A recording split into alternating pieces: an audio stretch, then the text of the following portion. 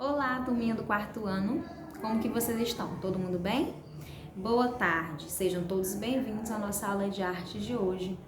Que seja uma semana mais que abençoada para cada um de vocês, tá bom? Estamos iniciando hoje nossa semana de revisões, semana de tirar dúvidas, semana de colocar todos os pingos nos is para a gente realizar o nosso simulado. Semana que vem com as bênçãos de Deus e com os nossos estudos, tá? Porque nós vamos pedir para Deus para a gente realizar uma ótima prova, um ótimo simulado, mas vamos fazer a nossa parte, que é estudar e se empenhar, tá bom? Então, queridos, peguem o livro de vocês para a gente iniciar a nossa revisão, tá? Que inicia lá na página 90, falando sobre arte musical, isso mesmo. Lá na página 90, falando sobre arte musical, primeiro que diz pra gente o que é música, né? A música é a arte de combinar sons, não é isso? Tá lá bem escrito, bem claro no nosso livro, tá? Vocês grifem, pintem com marca-texto, passem lápis de cor, passem lápis embaixo, porque esses pontos-chave são importantes pra gente fazer na hora de estudo, tá? E aí, além de ser arte de combinações, também é uma maneira de interação e de comunicação entre os seres, não é verdade? Só que produzir sons não é característica apenas dos seres humanos. Os animais também produzem sons. O cachorro late, o gatinho faz miau, o pinto pia.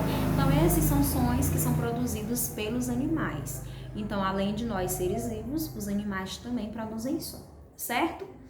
Lá na pré-história, alguns estudiosos eles descobriram que o ser humano ele já produzia sons. Lá na pré-história, eles ainda não sabiam escrever, não sabiam ler, eles ainda não tinham estudos didáticos, mas eles já sabiam produzir sons. Professor, então como que eles produziam sons se ainda não existiam instrumentos musicais? Ora mais, eles usavam o que tinha na natureza, né? E o que tinha na natureza?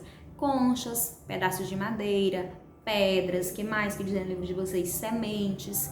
E eu até comentei isso na aula anterior da gente, que as sementes elas são usadas para fazer barulho. Colocou num vidro fechado, numa cabaça, por exemplo, e sacudiu, já tem um som, não é? Então o ser humano ele produzia som com o que ele encontrava na natureza, certo? Então é a primeira produção de som que os estudiosos conseguiram encontrar, tá bem? E aí nós vamos para a música, né? A música combina sons, letra, melodia, harmonia. Quem não gosta de ouvir música? Eu gosto bastante de ouvir música. Tem dias que eu gosto de músicas mais agitadas, outro dia eu gosto de músicas mais lentas. Tem momentos que eu quero ouvir uma música bem calma. Por quê? Que a gente tem escolhas diferentes em momentos diferentes. Porque a música, ela provoca sentimento em nós. Vocês sabiam? Quando vocês colocam uma música bem agitada, bem animada, você fica agitado, você fica animado, não é verdade? Agora, quando você coloca uma música instrumental, aquela música só com o som dos instrumentos, o som de um violão, um piano, um violino, esses sons, eles são calmos, então eles nos deixam tranquilos, não é isso? Então a música, ela provoca sentimentos em nós que estamos ouvindo e também quem está tocando ou cantando, tá? Então, pra gente trabalhar a música, pra ficar agitado, pra lavar louça pra mamãe, por exemplo, a gente coloca uma música animada, não é? Pra gente ir rapidinho terminar o que a mamãe pediu.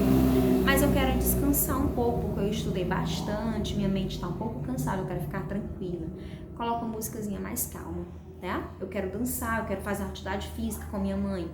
Eu quero, né, fazer alguma atividade que vá fazer a gente perder esse sedentarismo. Então, nesse caso, são músicas mais agitadas, tá? Então, a música mexe com os nossos sentimentos, certo? Lá na página 93, agora, nós vamos falar sobre a dança e a música. Afinal, uma está relacionada com a outra, não é isso?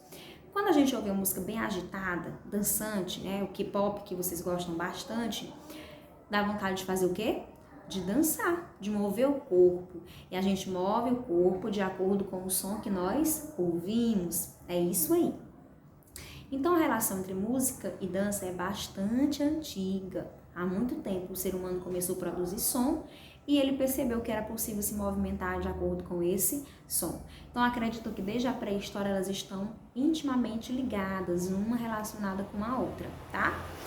Professor, então como que a gente sabe que existia isso na pré-história? Porque a senhora falou que eles não escreviam ainda, não tinha fotografia, não tinha instrumento musical, então como é que a gente sabe disso? Foram encontrados desenhos de pessoas dançando, desenhos rupestres rupestres, são aquelas pinturas que eles realizavam nas paredes das cavernas, nas grutas. Isso está aí no livro de vocês, tá? Então, ele mostra desenhos de danças lá nas grutas, tá? Então, por isso que os estudiosos afirmam que desde a pré-história o homem já dançava, certo? E a Bíblia, que é o nosso livro base, para quem é cristão, ela também mostra isso, não é? Pra gente. E a Bíblia diz pra gente que os homens dançavam, né? Os homens que eu digo, a humanidade, né? As pessoas dançavam. Mas elas dançavam para quê, professora? Elas dançavam por quê? Elas dançavam quando elas se sentiam gratas a Deus, tinham recebido alguma bênção, então eles realizavam essa dança em adoração a Deus, tá? Então a dança ela é muito presente na nossa vida. A gente está muito feliz, a gente vai dançar, a gente vai agradecer ao Senhor, vai louvar. E isso acontece ainda hoje nas igrejas. A gente vê ainda as pessoas louvando, dançando, não é verdade? E aí o livro de vocês traz alguns exemplos de danças, né, na página 93. O balé clássico, danças para os rituais afros, porque eles têm a religião deles, tem as danças deles também, que a gente tem que respeitar. O maracatu também, que é uma dança bem típica, né? Então, professora, a gente já falou de música, de dança e de som. Mas hoje a gente não precisa mais realizar o som só batendo palma, a gente tem os instrumentos musicais, isso mesmo. Os instrumentos musicais, eles fazem parte da música, deixam ela mais animada, mais calma, mais harmônica. E os instrumentos musicais, vocês devem conhecer uma infinidade de instrumentos, tá? Só que esses instrumentos, eles são classificados de maneiras diferentes, dependendo do material que usaram para construir esses instrumentos, ou a forma como ele emite o som, como ele produz o som. Por exemplo, pense no violão.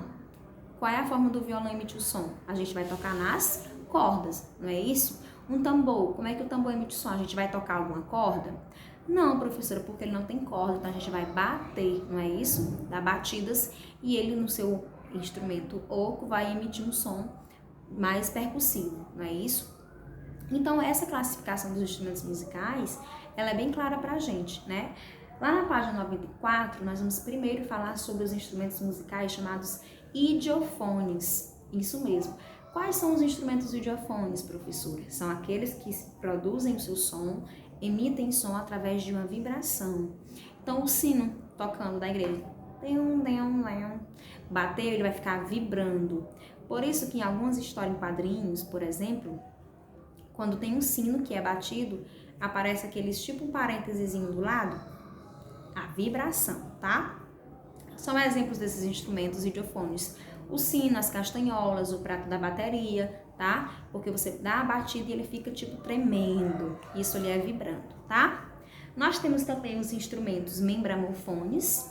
Membramofones. Por quê, professora?